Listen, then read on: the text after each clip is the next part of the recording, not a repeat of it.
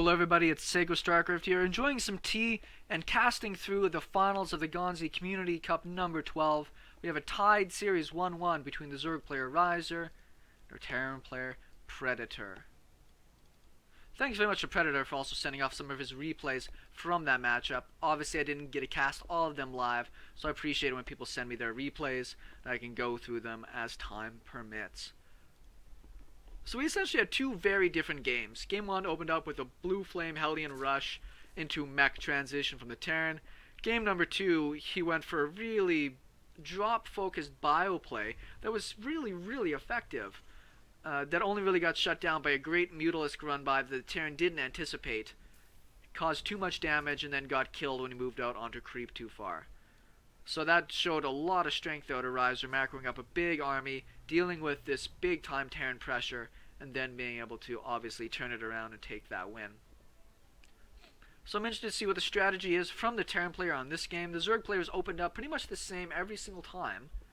He has gone for what I would consider to be just standard openings, safe openings though. He does go for the gas, speedlings, so that way he can deal with any type of Hellion and Reaper play. We don't have any gas started yet for the Terran. And that would mean that essentially this is the third different build we have seen from our Terran player so far in these finals. And I think that's why I've liked watching Predator's games so much. You never really got the same thing twice. Zerg players don't have as many options as Terrans do, unless it's like flat out cheese. Did notice how beautiful the rain looks on this map. Isn't that pretty? Anyways, back to drinking my tea.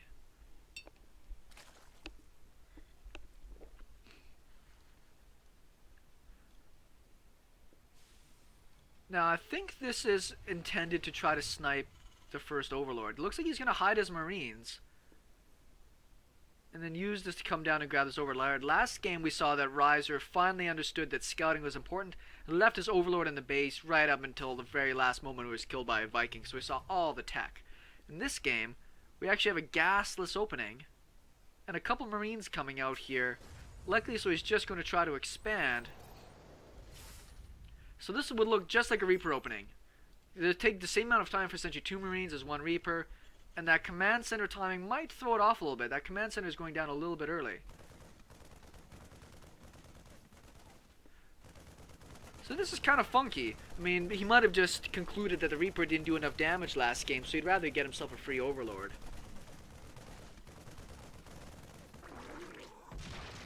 That kind of sucks as a Zerg player, but very good for Riser. He did manage to get out both of his queens before his supply block, so that way at least that won't be delayed significantly. If he had delayed those 2 queens, that would be, you know, almost the entire inject cycle lost while he's making another round of Overlords there. And maybe that's the point. I don't know my timings that well to be able to understand if that was the case, but I think it would be pretty cool if you knew that sniping that Overlord immediately with 2 Marines screwed up the Zerg player's chances of being able to get the queens out for the injects.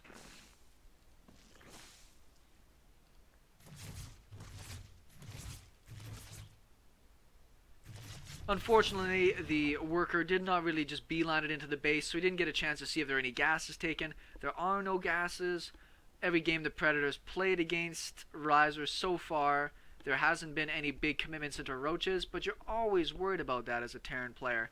If I go too greedy here, am I just essentially going to get rolled over by 9 roaches that come out here in the first few minutes after I expand? And that's something that I try to do once in a while just because it keeps Terran players on their toes and stops them from being too greedy. Bunker is down, wall off is happening. Overlords moving off to some smart spots here just to be able to look for any expansions. Might run this guy in the next couple of minutes just to see what's happening. Right now you wouldn't get a ton of indication of what's happening yet. It's not really until this factory is down and if a starport's coming that you can tell. We do have a roach warren here as a part of a wall off with a couple of Demdare evolution chambers. First gases are all going down now. In fact, we have all of our gases going down now. And we'll get down an expansion perfectly fine. This is kind of a funky spot to be in as a Zerg player. There's no Hellions on the map pressuring me yet. There was no Reaper. But we're going to have those Hellions popping out here in just a second. See if they can go and get any damage in.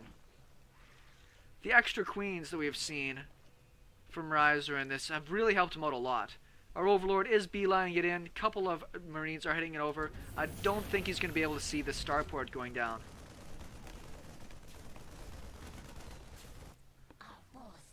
We're just looking at the vision right now of Riser. No, he didn't. He just saw the position of that factory there. So he doesn't know if this is coming out next. And he is going to be going for Cloak on his Banshee. So he's probably going to be committing a bit more into air and a bit more into harass with his Hellions. One Spinecrawler is going down. He doesn't know if that same Blue Flame Hellion build is happening. Obviously, if something works once, a lot of people are going to try it again. So he's going to try to position himself as good as possible with a wall off, extra queens.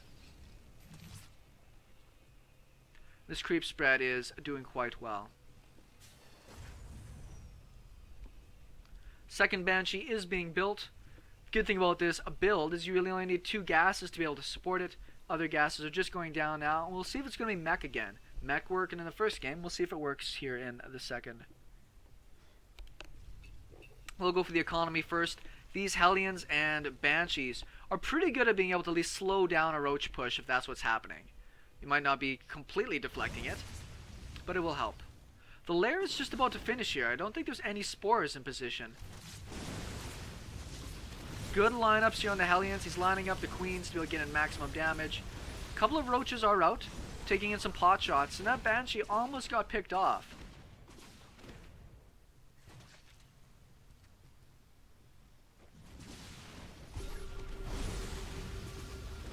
Banshee's pretty occupied, shooting here at the giraffe neck. Handful of roaches are going to come out and just get in as much damage as they can. Yeah, they would get picked off a bit by these Banshees, but these Banshees aren't killing economy. They're not killing more queens. They're essentially just, you know, taking out any of these extra facilities. We do have detection out right now. This Banshee's got like a hit point left, 5 hit points. We do have a second Banshee now present. Third Banshee's just finishing up as well as the rest of his macro facilities. 4 factories going down, armory happening, and his third CC. This base has been fairly beat up. 4 kills now for this Banshee, 5. Zerg player a little delayed in trying to run away with his workers. But that does get pushed back.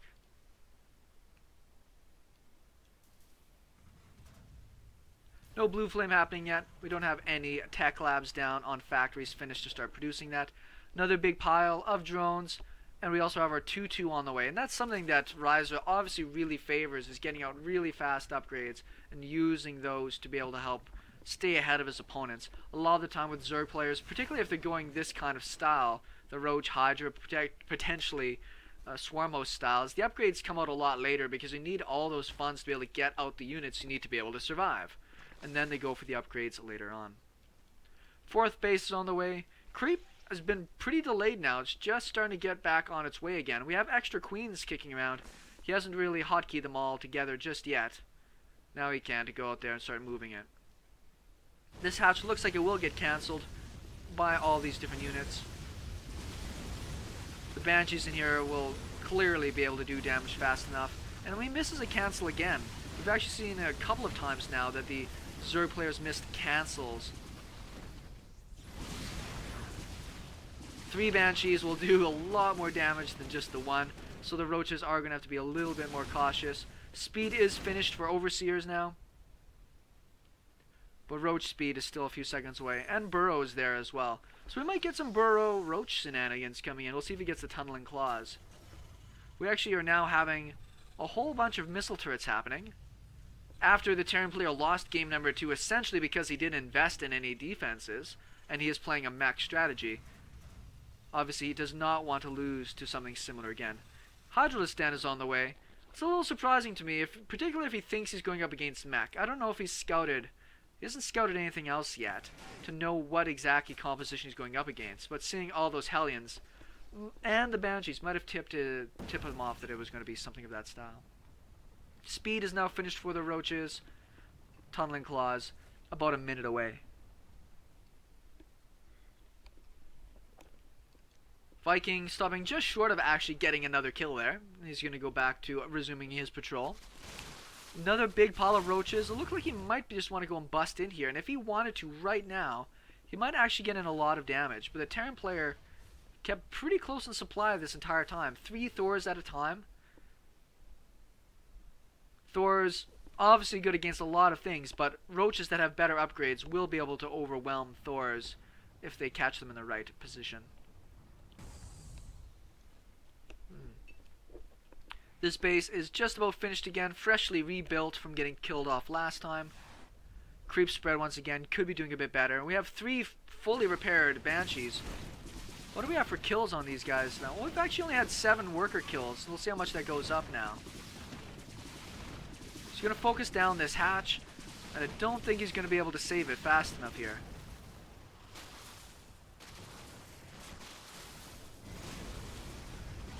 Wow, that was such a sick lift. One more shot and that thing was toast. Banshees are just going to get away scot-free, it looks like, as well.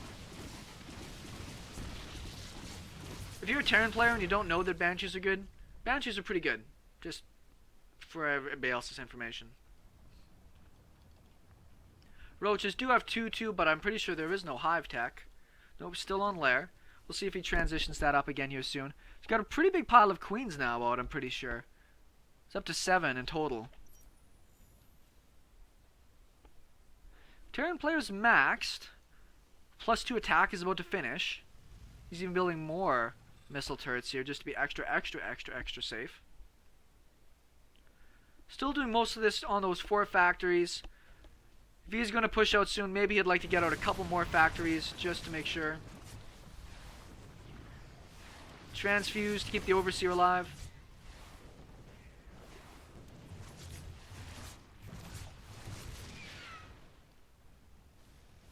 Looks like the Roaches may have tried to push up the middle and clearly didn't find much success. So the Terran player is going to be behind in armor upgrades right now. We have 15 hydras about to pop. Don't know if it's the right composition against this here though. He's going to have to catch the Terran at the most perfect moment or just straight up base trade. Do it. Bacardi Coke. Do it.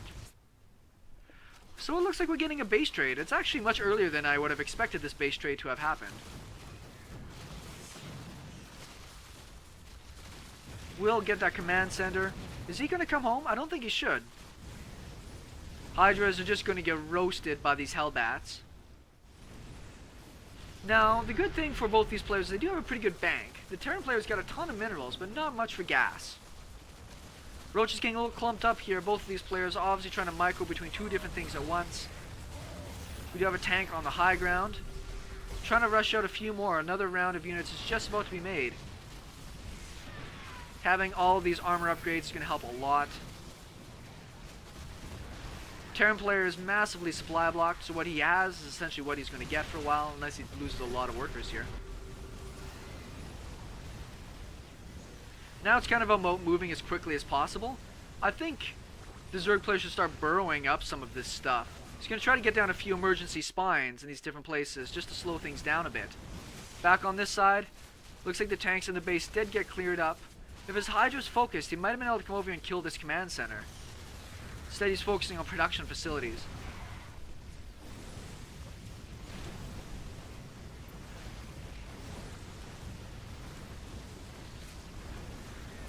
Oh yeah, army supply, that's what I want. So what's our army supply? Terran player is ahead by quite a bit in army supply. Not that far away in worker supply. What really sucks is he didn't kill off these last SCVs, and he didn't kill the orbital. He has burrow, so that means he's actually got some options. If he wanted to be able to do some burrow plays, he's even got burrow tunneling claws. So there's so many different things he could be doing. I think he should be canceling these tanks even if these factories didn't get killed off, just to make sure he's got every last remaining dollar available to him. Slow Zerglings. We got a couple of random command centers going up everywhere here. So who do I favor at this point? Because Terran buildings float, and because he's got scans, I would give the advantage to the Terran. If he had a planetary left somewhere, or just these, which couldn't morph into orbitals because there's no barracks left, I would say the advantage would probably be with the Zerg player. There's a good chunk of resources left here for repairs. So these SCVs are going to start repairing everything up. Finds himself one of these command centers, actually cancels the other one as well.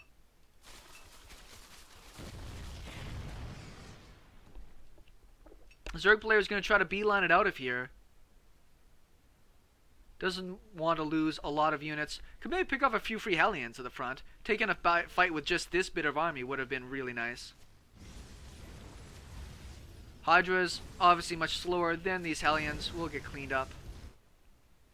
So now we're going to play a little ring around the rosy. You don't see these games as often.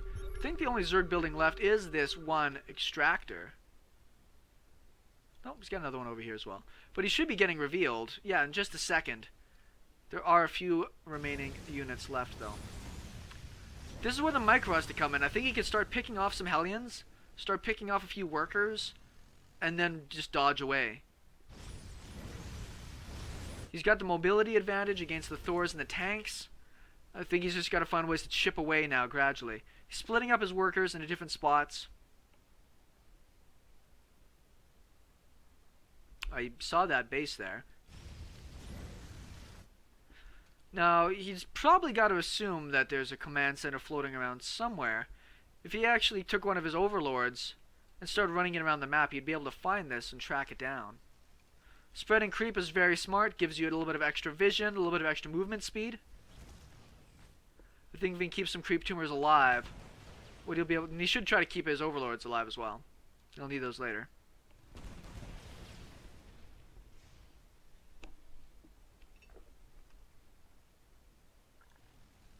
It's too bad. If he didn't have these Thors in here, he'd be able to just follow all those units around with overlords and track everything to be sure.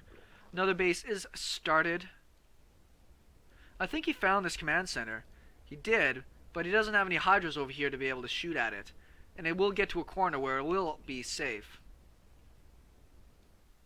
So the Terran knows there's a spot on the map. This is retarded. I remember this point in the game.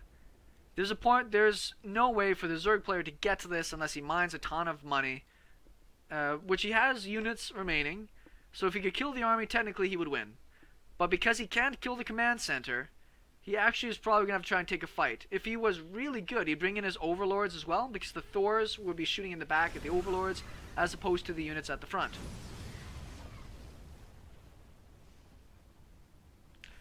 That's a pretty good concave for the Terran.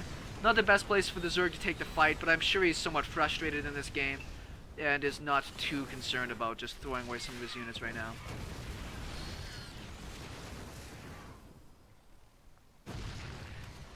Thors alone with her +2 would be able to take it, and there's the GG. It is now 2-1 for our Terran player Predator.